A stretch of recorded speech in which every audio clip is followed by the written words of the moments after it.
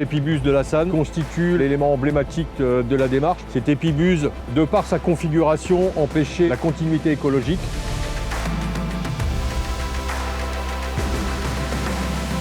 Une basse vallée correspond à des anciens estuaires qui ont été réaménagés. Ce sont des espaces qui sont très plats, qui constituent l'exutoire du bassin versant. On a un cours d'eau qui se méandre fortement, conditionné par rapport au niveau de la mer.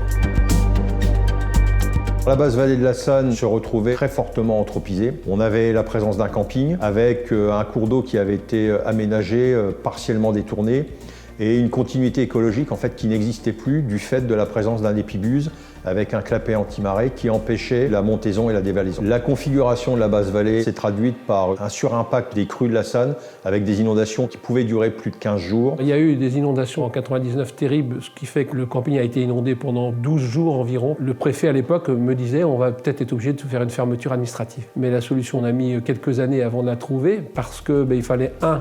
Acquérir des terrains, 2. Modifier le PLU et 3. Trouver des financements. J'étais très attaché à ce qu'on parle de l'économie locale et je vous assure qu'on a un beau partenariat communal, intercommunal, syndicat de bassin versant, État, région, département, ce qui a permis de boucler l'affaire de ce camping.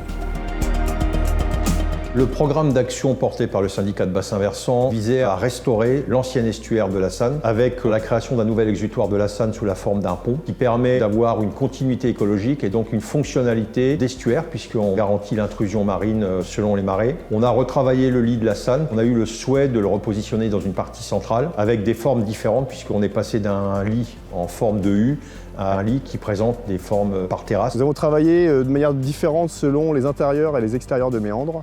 En extérieur de méandres, on a des pentes plutôt abruptes. Et en intérieur, on a travaillé sur des paliers qui vont, pour le palier bas, se retrouver en vasière, qui a une richesse écologique importante dans le sens où elle crée de la biomasse. Et en haute berge, on retrouvera une végétalisation adaptée au milieu halophile. Là, nous sommes à marée basse, mais on peut imaginer le paysage à marée haute sur un coefficient de 95, on aurait les pieds dans l'eau.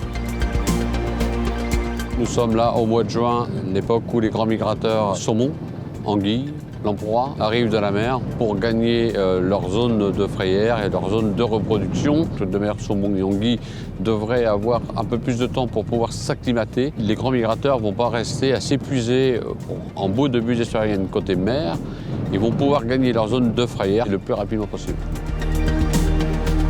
Le premier enjeu, le premier défi, c'est d'abord de pouvoir faire accepter un projet de cette nature à une population. Il faut beaucoup de temps, il faut beaucoup expliquer, il faut réunir les conseils municipaux. C'est déroulé sur une vingtaine d'années. Aujourd'hui, ce projet, c'est une étape. On s'inscrit dans un projet de territoire à l'horizon 2050. L'objectif recherché avec les partenaires que sont le Conservatoire du littoral, l'Agence de l'eau, le département de Seine-Maritime au titre des espaces naturels sensibles, c'est de travailler à la fois sur le suivi de l'évolution, donc un suivi scientifique du territoire, travailler aussi sur la gestion du site et puis aussi travailler sur l'attractivité pédagogique qui vise à découvrir le milieu, à expliquer ses fonctionnalités et quel objectif au travers de ces travaux on a voulu gérer.